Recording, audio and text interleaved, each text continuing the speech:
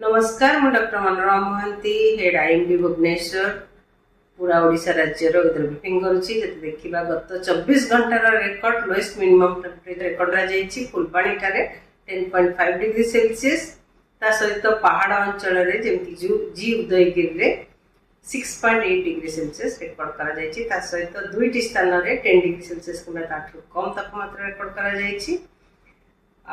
देखा day temperature माने maximum temperature 6 स्थान में 31 डिग्री सेल्सियस कि तापमात्रा रेकर्ड कर सहित आमर day temperature north Odisha interior Odisha रे आभ्यंतरीण ओडिशा रे 2 to 3 डिग्री सेल्सियस 2-3 स्थान में रेकर्ड कर आउ सब स्थान में मोस्टली स्वाभाविक टेम्परेचर रही।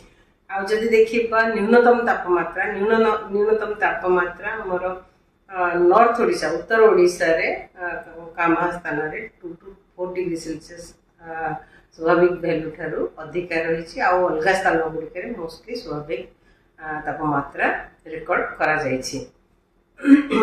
किसी स्थान में जमती कि चांदबाली, पारादीप, जगतसिंहपुर, केन्द्रापड़ा ठारे घन कुड़ी रेकर्ड कर पारलाखेमुंडी, भुवनेश्वर, बारिपदा, भवानीपाटना, राउरकेला ठारे हल्का मध्यम कुड़ी देखा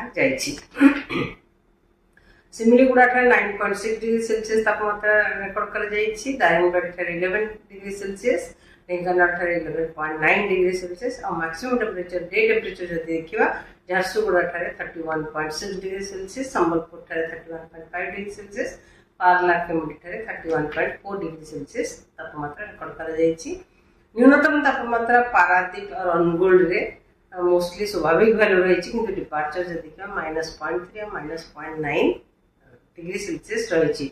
भुवनेश्वर नॉर्मल रही किंतु आम आभ्यंतरण ओडिशा जमती कि संबलपुर, सुंदरगढ़ रे 3 ରୁ 5 डिग्री नॉर्मल रही। वर्तमान जब देखा सेमती किसी विशेष पाणीपागर स्थिति ना आगामी 7 दिन पर्यंत पाग मुख्यतः सुखिला रही संभावना रही, वर्षा होबार विशेष संभावना ना। आगामी 5 दिन पर्यंत कुहुड़ीर पूर्वानुमान करमती उपकूलवर्त अंचल जिला गुड़िक पुरी, खोर्धा, भद्रक, जगतसिंहपुर, केन्द्रापड़ा, गजपति, मयूरभंज, केउंझर, कंधमाल, कटक, नयागढ़, गंजाम जिले में कांबा स्थान में हल्का मध्यम कुड़ी देखा संभावना रही। सहित आगामी 2 दिन घन कुड़ीर वार्निंग जारी कर घन कुड़ी कांबा स्थान में संभावना रही जमती कि भद्रक जिले में, केन्द्रापड़ा जिले में, जगतसिंहपुर, खोर्धा, पुरी जिले में आज काली कांबा स्थान में जमती कि केन्द्रापड़ा, जगतसिंहपुर, पुरी जिले में घन कुड़ी देखा रही संभावना रही। न्यूनतम तापमात्रा जदि आम पूर्वानुमान करवा आगामी 6-7 दिन पर्यंत न्यूनतम तापमात्रा विशेष परिवर्तन होबार संभावना नहीं। धन्यवाद।